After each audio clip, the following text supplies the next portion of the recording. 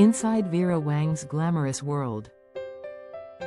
At 76, Vera Wang is practicing what she preaches: age is nothing and style is everything. But if you've been amassing designer fashion for decades, a massive closet is also important. Vera Wang built her illustrious brand name, making other women's fashion dreams come true. Along the way, she achieved a lifestyle that surpassed her own wildest dreams, especially considering when she decided to dip her peep toe into the bridal market. "I thought maybe it's just too late for me," Wang, now 76, told CNBC's Make It in 2021 of starting her eponymous label at 40 after struggling to find the perfect gown for her own nuptials. Fashionista, it was not too late. The New York native designed the dress she wore when she wed investor Arthur P. Becker in 1989, and Vera Wang Bridal was born the following year. The marriage ended in 2012. The exes share daughters Cecilia Becker and Josephine Becker. Both in their 30s, but the business, which now encompasses ready-to-wear and much more, may just be forever. "There have been a million days where I said to myself, what was I thinking, or why did I do this?" Wang told Make It. "But there have been way more days where I felt extremely lucky to be doing something that I love so much and learning new lessons as not only a designer but as an entrepreneur every day." At the same time, she's been teaching a masterclass on living it up. Wang jetted to Paris for her June 27 birthday festivities, donning a backless LBD for dinner with friends and a lingerie-inspired look later in the week as the celebration continued. "Every age has its unique time and beauty," she said on a May 2024 episode of Julia Louis-Dreyfus' Wiser Than Me podcast. "It's not the same, it never will be, but you find your way through every stage." If it seems as if Wang has been turning far more heads with her own looks at this stage of her life, that is the case. And not least because the 5'3" couturier, who remains chief creative officer of her namesake brand since selling it in December 2024 to WHP Global, relishes showing off her chic minimalist ensembles. Except when she's at the Met Gala, which demands extra accoutrements. Women were considered transparent at a certain age, even in terms of their career. Wang, whose empire generates $700 million in annual sales, told BBC News in March. "You will age out of a career. I do not just mean modeling, I do not just mean being an editor." But, she stressed, it is not about age, it is about style. "And that is always how I felt." Her passion for fashion came from, as she put it to Make It, her clothes horse mom Florence Wu, who immigrated to New York from Shanghai with her husband Cheng-Ching Wang in the 1940s.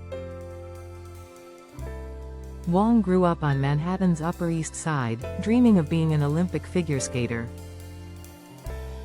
She joined her parents on trips to Paris, she told South China Morning Post's Post Mag, "where I would accompany my mom to Yves Saint Laurent's showroom while my dad shopped at Hermes." She studied art history at Sarah Lawrence College and, after failing to make the 1968 U.S. Olympic team, the devastated athlete opted to spend a semester in Paris. "In my heart of hearts I always wanted to be a fashion designer," CCTV's Global Business in 2015, but after she graduated, her dad told her he wouldn't pay for any more education. "If you really love fashion, prove it to me, go get a job," she recalled him telling her. "And like any good Chinese daughter, I did."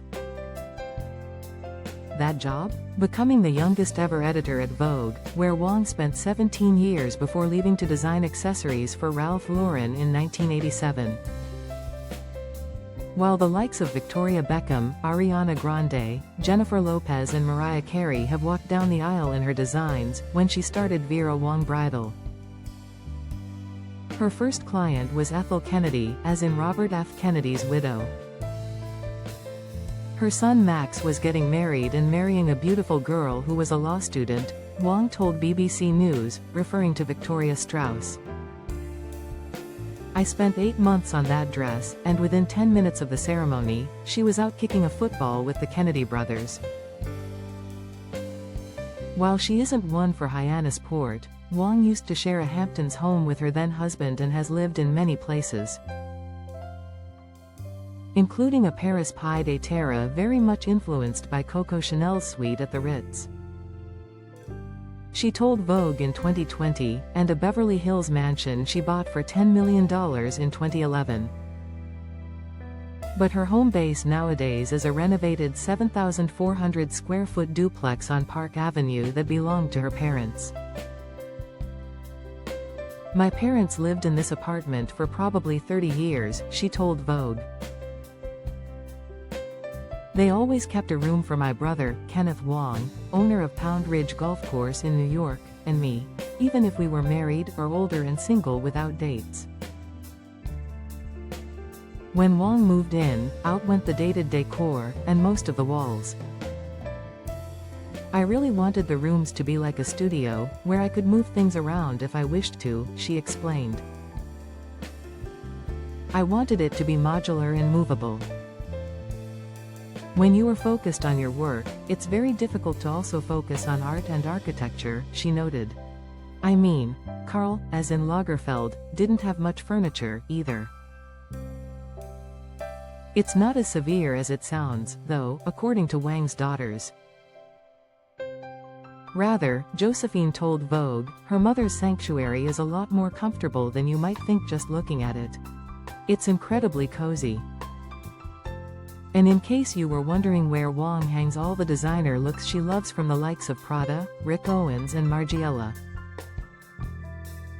She converted one of the apartment's original 6 bedrooms into a huge closet.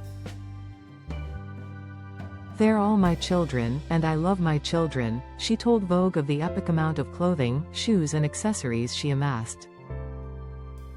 And for anyone who thinks she has to live forever to wear it all, she offered, I think I am on my way to 10,000.